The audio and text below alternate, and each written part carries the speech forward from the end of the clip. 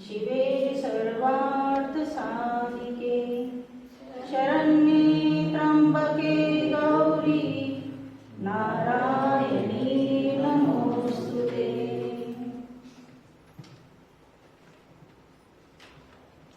माय भवानी तुझे रे करू कुशीत तुझी आहे सेवा मानून घे आई सेवा मानून घे आई। माय भवानी तुझे ले करू कुशीत तुझी आहे सेवा मानून घे आई सेवा मानून घे आई। तू विश्वाची रचली माया तू शीतल छायेची काया तू विश्वाची रचली माया तू शीतल छायेची काया तुझ्या दयेचा ओघ अखंडित दुरित लयाला नेई सेवा मानून घे आई सेवा मानून घे आई। तू आपला अविनाशी कीर्ती तू अवघ्या आशांची पूर्ती जे जे सुंदर आणि शुभंकर पूर्णत्वाते नेई सेवा मानून घे आई सेवा मानून घे आई।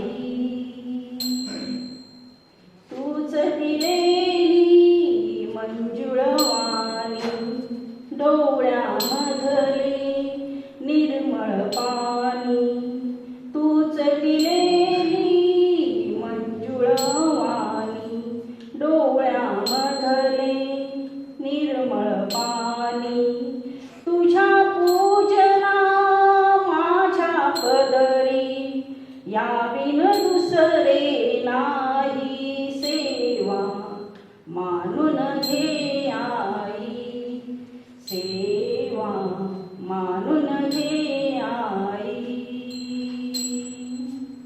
माय भवानी तुझे ले करू कुशीत तुझी आहे सेवा मानून घे आई सेवा मानून घे आई सेवा मानून घे आई।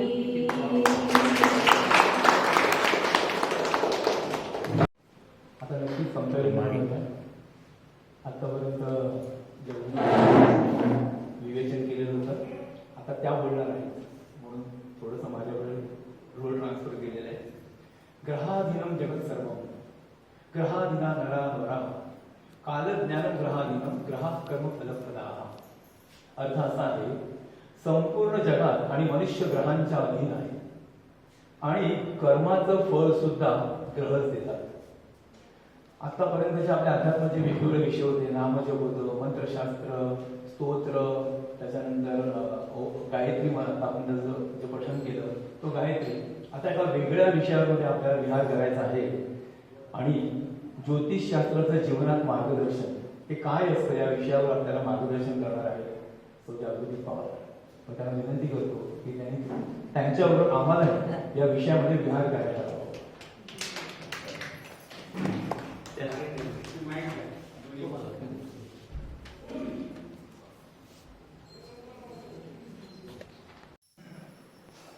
आज आपल्या गिरनार स्वाध्याय परिवारकडून ज्योतिषशास्त्र आणि आपल्या जीवनात त्यातून मिळणारे मार्गदर्शन ह्या विषयावर माझे विचार प्रकट करण्याची संधी दिल्याबद्दल आणि ते पण सज्जनगडासारख्या पवित्र ठिकाणी मी गिरनार परिवाराचे खास करून ही शिबिर ज्यांच्या संकल्पनेतून अस्तित्वात आली आहे आणि आतापर्यंत ज्या ज्या विषयाची मांडणी इथे झाली त्यातून आपल्याला जे काही शिकायला मिळाले व त्या त्या सदस्यांना व्यासपीठावर बोलण्याचा जो अनुभव मिळाला या सर्वांसाठी आणि सर्वांकडून आपले सर्वांचे आदरणीय श्री पेडणेकरांचे मनापासून आभार मानतो. माझा विषय सुरू करायचा आधी ज्योतिषशास्त्र ह्या विषयाचे माझे पहिले गुरु सौ सीमा नाईक व त्यांनीच पुढील शिक्षणासाठी ज्यांच्याकडे मला पाठवले होते असे श्री विजय हजारे सर आणि श्री धनंजय लिमये सर यांना नमस्कार करते. आमच्या संसाराची गाडीचे सूत्र ज्यांच्या हातात आहे असे संत श्री गजानन महाराज आणि या पवित्र सज्जनगडाचे दैवत समर्थ श्री रामदास स्वामींना दंडवत करून विषयाला सुरुवात करते. ज्योतिषशास्त्र किंवा ज्योतिषी यांच्याबद्दल बरेच लोकांना एकतर विश्वास नसतो तर काही लोकांना असं वाटत असतं की ज्योतिषांना भविष्याची चित्रफिती दिसते. खूप कमी लोक आहेत ज्यांना त्यातून फक्त मार्गदर्शन हवं असतं. असो, आपण विषयाकडे वळूया. ज्योतिषशास्त्राची व्याख्या सांगायची झाली तर आकाशामध्ये जे मुख्य तेजोगोल अर्थात ग्रह तारे आहे त्यांना शास्त्रकारांनी ज्योती असे संबोधले आहे. या ज्योतींचा म्हणजेच ग्रह नक्षत्रांचा सजीव निर्जीव सृष्टीवर होणारे परिणाम अभ्यासणारे शास्त्र म्हणजेच ज्योतिषशास्त्र. आता ज्योतिषशास्त्राचे अस्तित्वाबद्दल सांगायचे झाले तर 95,000 वर्षांपूर्वी ग्रह नक्षत्रांची स्थितीचा उल्लेख ऋग्वेदात आढळतो. याचाच अर्थ की शास्त्र साधारण तेवढे किंवा त्यापेक्षाही जास्त प्राचीन आहे. आणि विचार करा की 5-10 वर्षांमध्ये आपल्या घरात पडलेल्या पुस्तकांना वाळवी किंवा झुरळ खराब करून टाकतात. तर लाखभर वर्षापूर्वींचे साहित्य आपल्यापर्यंत पोहोचेपर्यंत किती सूत्र लोप पावले असतील, हरवले असतील, नष्टसुद्धा झाले असतील. या आंशिक अपूर्ण किंवा तुटक सूत्रांचाच वापर करून आजचे ज्योतिष 80 ते 85% अचूक भाकीत वर्तवतात. ज्योतिषशास्त्र हे एकेकाळी किती विकसित व प्रगत शास्त्र होते हे एका उदाहरणाने सांगू शकतो. उज्जैनीचा विक्रमराजाच्या दरबारी मिहिर नावाचा ज्योतिषी होता. ज्या वेळेला विक्रमराजाला मुलगा झाला त्यावेळेला त्याने मिहिर ज्योतिषाला त्याचे भविष्य वर्तविण्यास सांगितले. मिहिर ज्योतिषाने राजपुत्राची पत्रिका बघून सांगितले की पूर्वसंचितामुळे हा जरी राजघराण्यात जन्म घेऊन आला आहे तरी तो अल्पायू आहे. वयाच्या अवघ्या 18व्या वर्षी ठराविक महिना, ठराविक तिथी आणि ठराविक घटीपळांनी एका रानडुक्करामुळे त्याचा मृत्यू होणार. हे ऐकून राजाने राजपुत्राच्या सुरक्षेसाठी कडेकोट बंदोबस्त लावला. राजपुत्राचा त्या महालाबाहेर जाण्यास सक्त मनाई केली.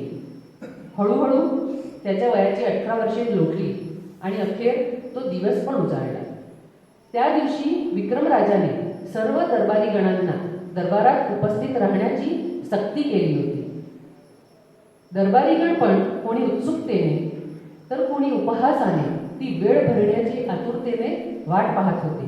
अखेर ती वेळ आली आणि विक्रमराजा हसला आणि मिहिर ज्योतिषाला म्हणाला, पाहिलेस, तुझे भाकीत खोटे ठरले. राजपुत्र आपल्या महालात सुरक्षित आहे. त्यावर मिहिर ज्योतिष म्हणाला, माझे भविष्य चुकणार नाही. मी सांगितलेल्या क्षणाला राजपुत्राचा मृत्यू झालेला आहे आणि त्याला कारणीभूत रानडुक्करच आहे. सगळेजण राजपुत्राच्या महालाकडे धावले. बघतात तर राजपुत्र त्याच्या महालात नव्हता. शोधता शोधता तो राजपुत्र राजवाड्याच्या गच्चीवर रक्ताच्या थारोळ्यात पडलेला सापडला. विक्रमराजांच्या राजघराण्याचे राजचिन्ह होते वराह म्हणजेच रानडुक्कर. त्या रानडुक्कराचा धातूचा पुतळा राजप्रासादाच्या गच्चीवर लावला होता आणि तो पुतळा छातीवर कोसळून राजपुत्राचा मृत्यू झाला होता. आपल्या पुत्राच्या मृत्यूचे दुःख हे मोठेच, परंतु तरीही मिहिर ज्योतिषाच्या ज्ञानाने अभ्यासाने प्रभावित झालेल्या विक्रमराजाने आपल्या राजघराण्याचे राजचिन्ह वराह हे मिहिर ज्योतिषाला पदवी म्हणून बहाल केले आणि तेव्हापासून तो ज्योतिष वराह मिहिर म्हणून इतिहासात अमर झाला.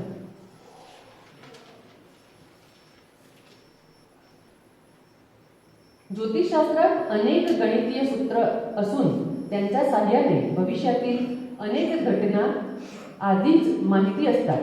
उदाहरणार्थ सूर्यग्रहण आणि चंद्रग्रहण.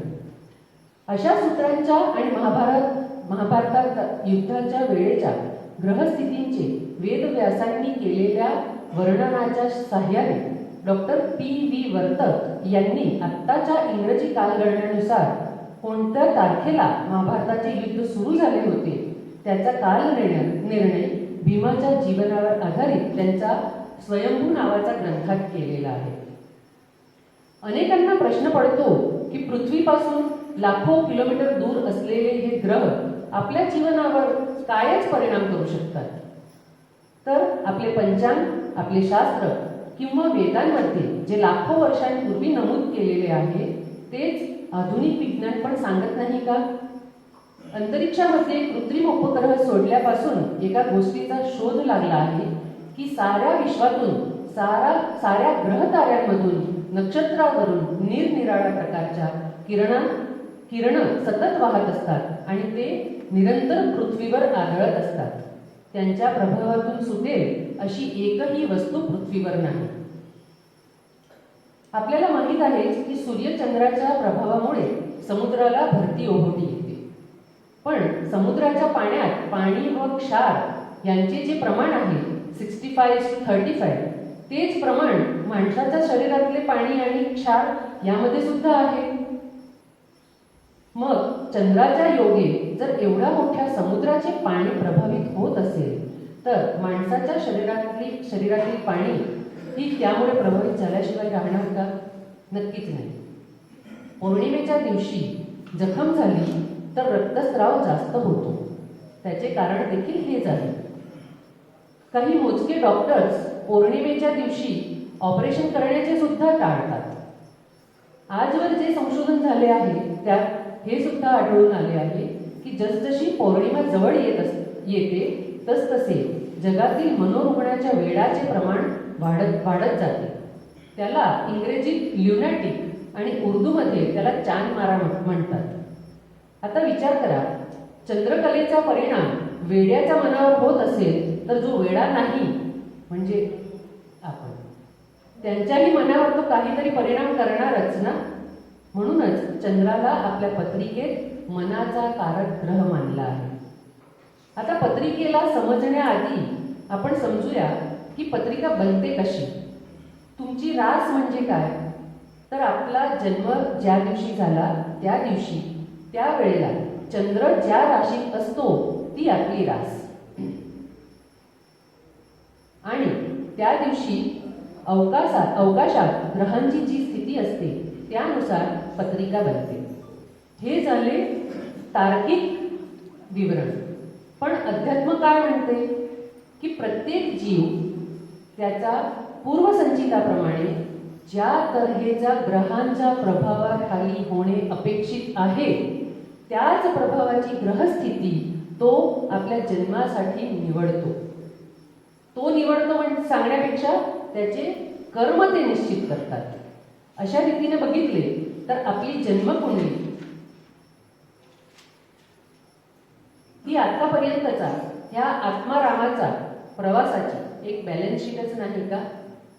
जसे आपण 31 मार्चला वर्ष संपलं की 1 एप्रिलला प्रॉफिट असेल तर प्लस आकडा आणि लॉस असेल तर मायनस आकडा कॅरी फॉरवर्ड करत असतो. तसेच ज्यांची कुंडली चांगली अर्थात शुभ फळ जास्त देणारी आहे त्या आत्माचा चांगला कर्माचे पूर्वसंचित जास्त आहे आणि ज्यांच्या कुंडलीत काही खराब योग आलेले आहे त्यांची कुंडली खराब नसून त्यांच्या पूर्वसंचितात गडबड आहे असे समजायचे. अर्थातच कुंडलीतील खराब योग आपण बदलू शकत नाही पण गुरुकृपा, नामस्मरण आणि चांगल्या कर्माने आपण भोग सुसह्य नक्कीच करू शकतो. कुंडलीचे 12 भाव, 12 राशा, नवग्रह आणि 27 नक्षत्र यांचे वेगवेगळ्या सूत्रांनी बांधलेले योग तसेच नवग्रहांचे महादशा टेबल मिळून कुंडली तयार केली जाते. कुंडली अचूक बनवण्यासाठी जन्माची वेळ आणि ठिकाण अचूक लागतात हे वेगळे सांगायची गरज नाही. या कुंडलीप्रमाणे ज्योतिष तुमच्या प्रारब्धाप्रमाणे तत्कालीन किंवा भविष्याची कल्पना, मार्गदर्शन देऊ शकतो. जसे आजकाल 10वी-12वी नंतर मुलांनी कुठली लाईन घ्यावी, शिक्षण झाल्यानंतर नोकरी का व्यवसाय काय करायला पाहिजे, सेटल झाले की प्रेमविवाह करणार का जुळवलेले लग्न करणार, व्यवसाय करायचे ठरवले तर स्वतंत्र असेल का भागीदारीमध्ये, स्वतःचे घर वाहन कधी होणार, छंद जोपासला जाणार का, कला क्षेत्रात, क्रीडा क्षेत्रात यश मिळेल का, आयुष्यात कुठले आजार होऊ शकतात, उपचार कसे करावे, इतकेच काय तर माणसाच्या मृत्यूची तारीख आणि वेळ सुद्धा सांगता येते. त्यात भय एवढाच की तारीख सांगणे सोपे आहे पण ते पचवणे कठीण. आज जर कोणाला सांगितलं की 5 वर्षांनी या तारखेला तुमचा मृत्यू होणार आहे, तो माणूस आजपासूनच जगण्याचं आणि काम करायचं बंद करून टाकणार. आता 5 वर्षांनी तर जायचंच आहे मला, मी काय कशाला काय करू असं. आज आपण ज्योतिषशास्त्राविषयी काही कुप्रचलित भीती ज्या आहेत त्याबद्दल थोडी माहिती घेऊया. पहिली भीती आहे शनी महाराजांची 7.5. अनेक लोकांचा एक गैरसमज आहे की शनी 7.5 सुरू झाली आता सगळं काही वाईटच होणार. पण हा अत्यंत चुकीचा समज आहे. तुमच्या पत्रिकेत शनी कुठल्या भावात आहे, कुठल्या राशीत आहे, कुठल्या नक्षत्रात आहे, जिथे आहे तिथे तो एकटाच आहे की आणखी दुसऱ्या कुठल्या ग्रहाबरोबर बसलेला आहे, त्याच्यावर कुठल्या शुभ अशुभ ग्रहांची दृष्टी आहे का, मुळात तुमची पत्रिका कशी आहे, आता कुठल्या ग्रहाची महादशा किंवा अंतर्दशा सुरू आहे, या सर्वांच्या क्युम्युलेटिव्ह इफेक्ट तुम्हाला त्या 7.5 वर्षात मिळणार असतो. उदाहरणार्थ आत्ता शनी हा मीन राशीमध्ये आहे. याचाच अर्थ काय झाला की कुंभ, मीन आणि मेष या 3 राशांचे 7.5 सुरू आहे. आता ह्या 3 राशांची लाखो करोडो लोकांची 7.5 सारखीच कशी असणार नाही का. तशीच भीती मांगलिक पत्रिकेची आहे. खास करून मुलींच्या पत्रिकेत मंगळ असला म्हणजे आईवडील काळजीनेच अर्धे होऊन जातात. तर मला तुम्हाला कोणालाही मंगळ आहे म्हणजे काय तर पत्रिकेत 1, 4, 7, 8 आणि 12 या 5 भावांपैकी कुठल्याही एका भावामध्ये जेव्हा मंगळ असतो त्यावेळेला ती पत्रिका मांगलिक झाली असे म्हणतात. ज्याला व्यवहार भाषेत ज्याच्या कोणाच्या पत्रिकेत या 5 भावांमध्ये मंगळ आहे तर तो त्याला मंगळ आहे असे म्हणतो आपण. पण सगळ्याच मांगलिक पत्रिका काळजी करण्यासारख्या असतात का तर नाही. पंचांगामध्ये मंगळ सौम्य होण्यासाठी लागणारी मंगळाची स्थिती स्पष्ट दिलेली आहे. अशा सौम्य मंगळ पत्रिकेला कुठलीही विना मांगलिक पत्रिका चालते. ज्या भावात मंगळ असल्यामुळे पत्रिका मांगलिक बनते त्या भावामध्ये शनी असेल अथवा सप्तम म्हणजेच विवाह स्थानावर शनीची दृष्टी असेल अथवा प्रथम किंवा सप्तम स्थानावर राहू किंवा केतू असेल तर तशी पत्रिका सुद्धा मांगलिक पत्रिकेसाठी चालते. हे आपल्याला माहीत नसते म्हणून आपण उगाच भाव करून बसतो. अजून एक टोमणा ज्योतिषशास्त्राबद्दल दिला जातो तो असा की पत्रिकेत जर राजयोग आहे तर त्या माणसाने काम कशाला करायला पाहिजे, त्याला सगळं ऐकतं मिळायला पाहिजे. पण जेवणाचं ताट आपल्याला वाढून जरी दिलं ऐकतं तर त्याला चावून खायला आपल्यालाच लागतं.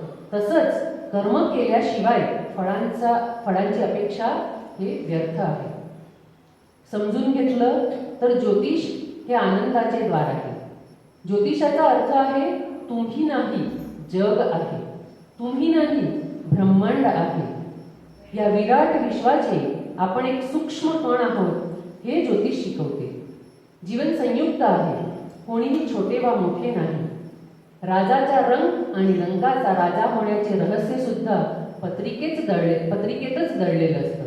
त्यामुळे आज तुमच्याकडे जे आहे हे तुमचे पूर्वसंचित आहे आणि पुढील जन्मात पण उरलेलं आणि या जन्मात जमवलेलं प्रारब्ध सोबतच असणार आहे. त्यामुळे असल्याचे अहंकार नाही आणि नसल्याची हाव नाही हेच ज्योतिष शिकवते. शास्त्र अचूक आहे, त्यात काहीच चूक नाही, कारण ते हजारो वर्षांचा अभ्यास आणि अनुभवाने तयार झालेले आहे. तरी ज्योतिषाचे भाकीत जेव्हा चुकते तेव्हा ती चूक शास्त्राची नसते, ती ह्युमन मिस्टेक असते. एखादं गणित, एखादं लॉजिक समजलं नाही की चुकीचं भाकीत केलं जाऊ शकतं. ज्योतिषशास्त्र हे अथांग समुद्र आहे. त्यातून माझ्या बुद्धीला समजलेला एक बिंदू मात्र मी इथे मांडला आहे. त्यात काही चूक झाली असेल तर ती माझी, आणि त्यातून तुम्हाला काही नवीन माहिती मिळाली असेल, काही शिकायला मिळालं असेल तर ते पूर्णपणे माझ्या गुरूंचे आहे. पुन्हा एकदा माझ्या तिन्ही गुरूंना मानाचा मुजरा आणि आमचे दैवत श्री गजानन महाराज व समर्थ श्री रामदास स्वामींना वंदन करून आजचा ज्योतिषशास्त्राचे मानवीय जीवनात मार्गदर्शन हा विषय इथेच थांबवते. शुभम भवतु.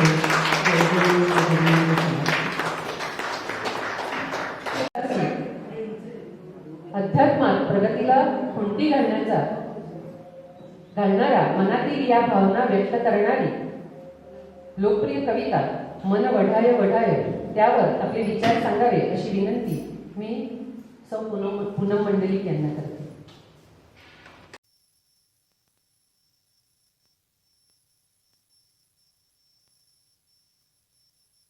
हॅलो, नमस्कार सर्व ज्येष्ठ आणि श्रेष्ठ आणि बंधू भगिनींना आता साष्टांग नमस्कार. आज मी आपल्याला न दिसणाऱ्या पण आपलं महत्त्वाचं मन त्याच्यावर थोडंसं बोलणार आहे.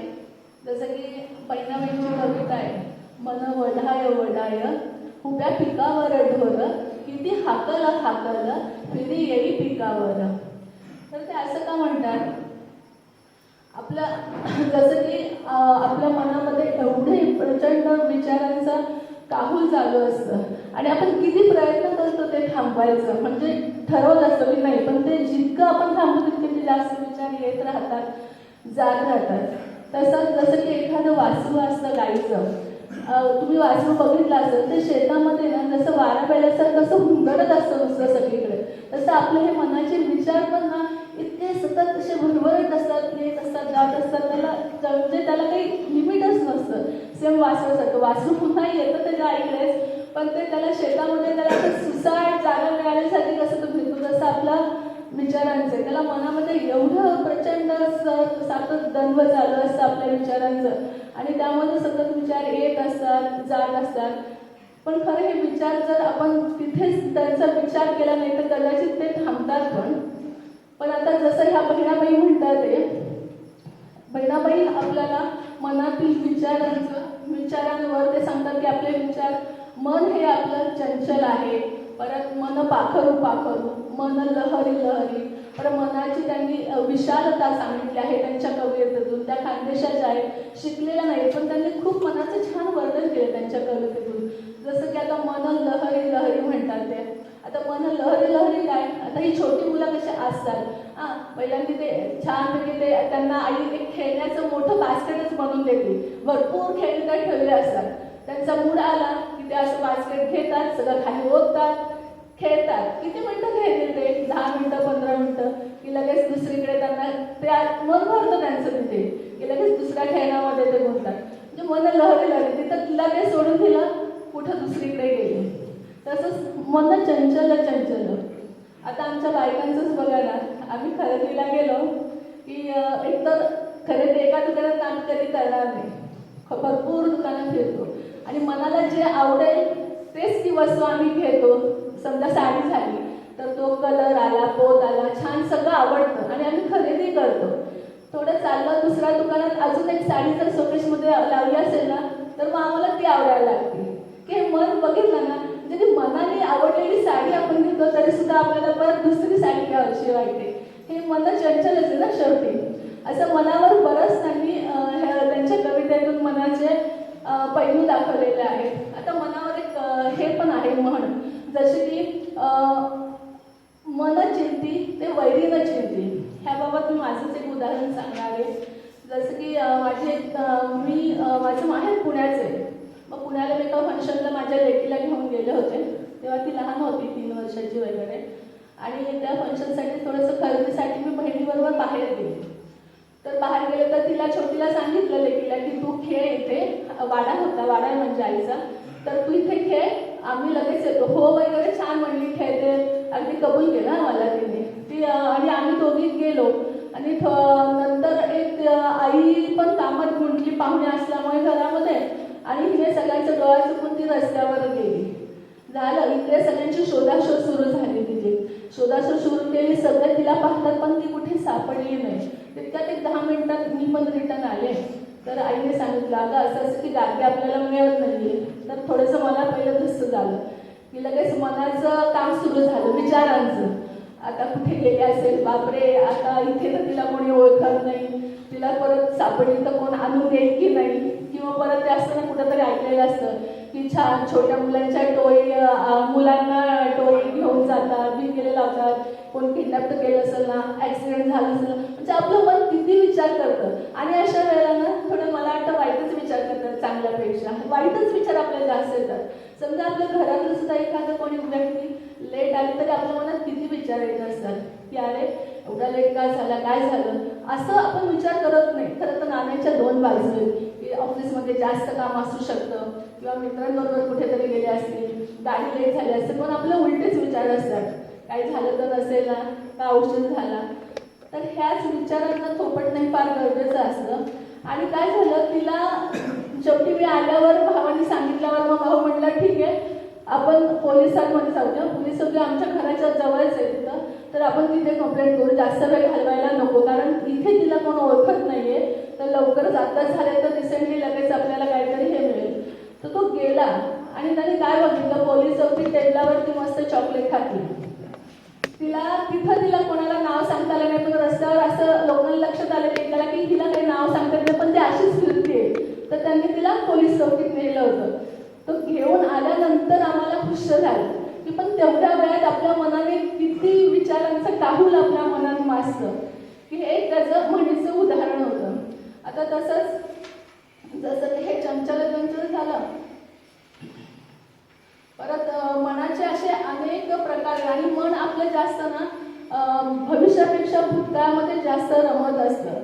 मनात आपल्या नेहमी सतत द्वंद्व पण चालू असतं. आता हे द्वंद्व कशाचं असतं, आता हे बायकांचाच विचार घ्या ना, की जसं की आपण सकाळी उठतो, पहिल्यांदा नाश्ता करायचा असतो, नाश्त्याला काय करू, ह्याला हे आवडत नाही, त्याला ते आवडत नाही, बरं फ्रीजमध्ये एवढ्या भाज्या असतात, ही करू का ती करू, बरं हे झालं करतो आणखीन तिसरीच भाजी, ते आणखी वेगळं असतं. हे छोटे छोटे म्हणजे व्यवहारात एक उदाहरण सांगते मनाची, की आपल्या मनाचं कसं चालू असतं. तर तशी ती मनाची एक व्याख्याच आहे, संकल्प विकल्पात्मक इति मन. म्हणजे आता संकल्प म्हणजे कसं तुम्ही मनामध्ये काहीतरी ठरवता.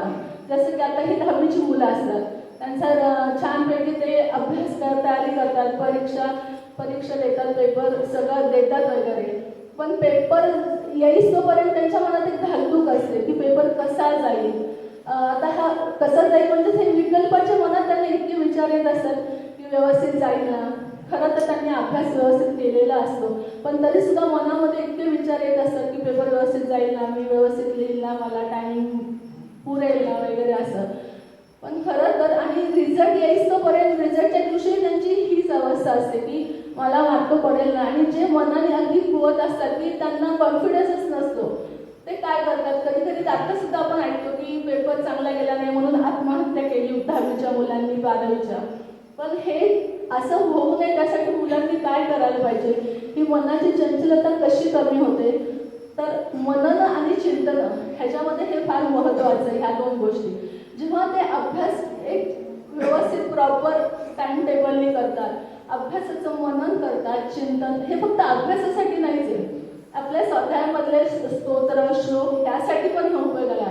जेव्हा पण आपण ऐकतो तेव्हा त्याचं मनन चिंतन करतो तेव्हा नक्कीच आपल्याला ते खूप छान येतात. हा माझाही अनुभव आहे. आणि तसंच मुलांनीही तर मनन चिंतन केलं ना तर त्यांचा नक्कीच कॉन्फिडन्स वाढतो. त्यांचा बुद्धीवर मनन आणि चिंतनाची आपली बुद्धी एकाग्र होते आणि त्यामुळे त्यांच्यामध्ये विचार यायची तशी तर काहीच गरज नाही, विकल्पाची गरजच नाही. आता ह्या मनावर सुद्धा खूप ग्रंथांमध्ये बऱ्याच जणांनी बरंच लिहिले, बऱ्याच कविता झालेल्या आहेत. वेदामध्ये तर सांगितलं की हे मनाचे जे शरीराच्या आपल्या अवयवांचे कार्य आहेत ते मनाच्याच प्रेरणेने होतात. आता पतंजलीमध्ये सुद्धा पतंजली शास्त्रामध्ये सुद्धा मन शांत सदृढ किंवा आरोग्य निरोगी राहण्यासाठी त्यांनी जसं की हे दिलेलं आहे, मनाचे मन सदृढ आणि निरोगी राहण्यासाठी त्यांनी प्राणायाम म्हणा किंवा योग आहे, नंतर शांत राहण्यासाठी तुमचं ध्यान आहे, हे सगळं त्यांनी सुचवलेलं आहे. त्याचप्रमाणे आपण आता समर्थांनी तर मनाच्या श्लोकामध्ये मनाचं एवढं मनाचं पूर्ण उलगडाच केलेला आहे. खूप जण आपल्याला सांगतात काय करू नका, पण काय करा हे सांगत नाही. पण समर्थांनी मनाच्या श्लोकामध्ये खूप छान सांगितले. ते सांगतात कसं वागा कसं वागू नका, काय करा काय करू नका, हे सुद्धा ते सांगतात. आणि मनावर जर विजय मिळवायचा असेल तर त्यांचं असं म्हणणं आहे की तुम्ही नेहमी नामस्मरण करा. नामस्मरण करणारे तुमच्या मनातले विचार खूप कमी होतात, बाकीचे जे येतात त्याला काही अर्थच नसतो. बरं, षडरिपू जे आहे त्यांचाही त्याच्यावर तुम्ही विजय मिळवला तर तुमच्या मनामध्ये फक्त चांगलेच विचार येतात. आता आपले षडरिपू कुठले तर क्रोध, राग, लोभ, काम, मोह, मत्सर, हे सगळे षडरिपू आहेत. ह्याच्यावर जर तुम्ही विजय मिळवला तर नक्कीच तुम्ही मनावर सुद्धा कंट्रोल करू शकता. मन आपल्यावर आत्ता कंट्रोल करते, पण आपण ह्याच्यावर जर विजय मिळवला तर आपण मनावर कंट्रोल करू शकतो. आणि तसंच ते अजून एक सांगतात की विवेक आणि वैराग्याने ह्या दोन्ही गोष्टींनी सुद्धा तुम्ही मनावर कंट्रोल करू शकता. आता विवेकाने कसं, विवेक म्हणजे काय तर तुम्ही चांगल्या आणि वाईट गोष्टींमध्ये निवड करणं किंवा चांगली गोष्टी वाईट ह्याची तुम्हाला नेहमी पडताळून पाहण्याची एक क्षमता जेव्हा येते तेव्हा तुम्ही विवेकाने वागता असं म्हणतात. आणि वैराग्य, आता वैराग्य म्हणजे शब्दशः अर्थाचा वैराग्याचा असं नाही की तुम्ही भगवी वस्त्र घाला किंवा फक्त जप करा असं नाही. ते सांगतात की त्यांना हे अपेक्षितच नाही आहे समर्थांना. ते सांगतात तुम्ही तुमचा संसार करून सुद्धा अध्यात्मक सेम लेवलला अध्यात्म करून हे करू शकता. तुम्ही मनावर कंट्रोल करू शकता. जसं की आता वैराग्य, आपण एक थोडं एक्झाम्पल देते तुम्हाला. वैराग्य कसं, जर कोणी एखादा ह्याच्यावर फेसबुकवर काहीतरी टाकलं किंवा ट्रिपचे फोटो टाकले आणि आपण कुठे बऱ्याच दिवस ट्रिपला गेलो नसेल तर लगेच आपल्याला नर्वस होतं, तर ते अलिप्तपणे फोटो पाहणं ह्यालाच वैराग्य म्हणतात.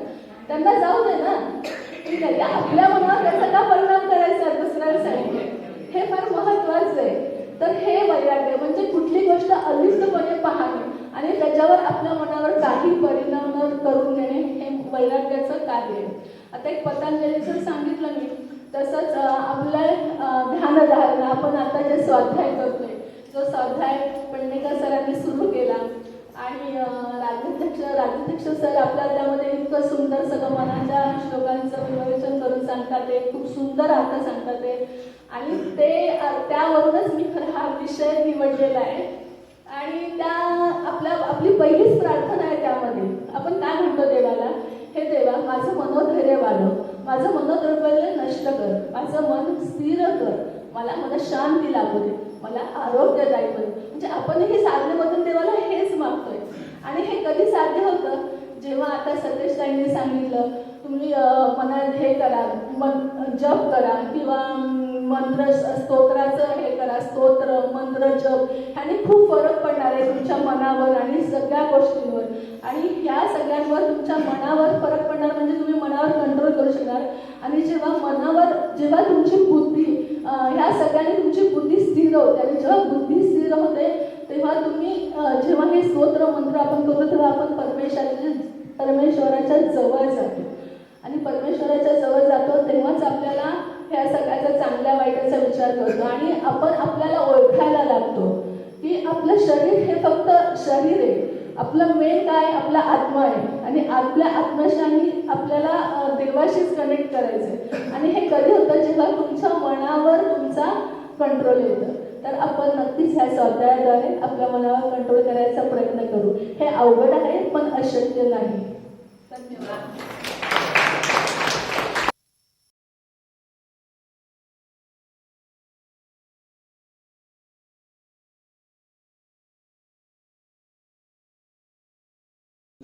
दशरथ पूजानंतर तर ते मी आता सुरुवात करतो. याला कॅरेक्टर ट्रॅक नाही आहे, त्यामुळे मी असंच म्हणतोय. ते जरा हरिभजना वीण काळ घालू नका, हरिभजना वीण काळ घालू नको, दोरीच्या सापा दोरीच्या सापा भिवनी भवा भेट नाही जीवा शिवा, अंतरिता ज्ञान दिवा मानवू नको, हरिभजना वीण काळ घालवू नको, हरिभजना वीण काळ. विवेकाची ठरेल ओल ऐसे बोलावे बोल, विवेकाची ठरेल ओल ऐसे बोलावे बोल, आपुल्या मते उगीच चिखल कालवू नको, हरिभजना वीण काळ घालवू नको, हरिभजना वीण काळ. संत संगतीने उमज, संत संगतीने उमज, आणुनी मनी पुरती समज, संत संगतीने उमज, आणुनी मनी पुरती समज, अनुभवा वीण मान डोलवू नको, हरिभजना वीण काळ घालवू नको, हरिभजना वीण काळ. सोहिरामणे सोहिरामणे ज्ञानज्योती ज्ञानज्योती, सोहिरामणे ज्ञानज्योती ज्ञानज्योती, तेथे कैची दिवस रात्री, अंतरावीन नेत्रपात हालवू नको,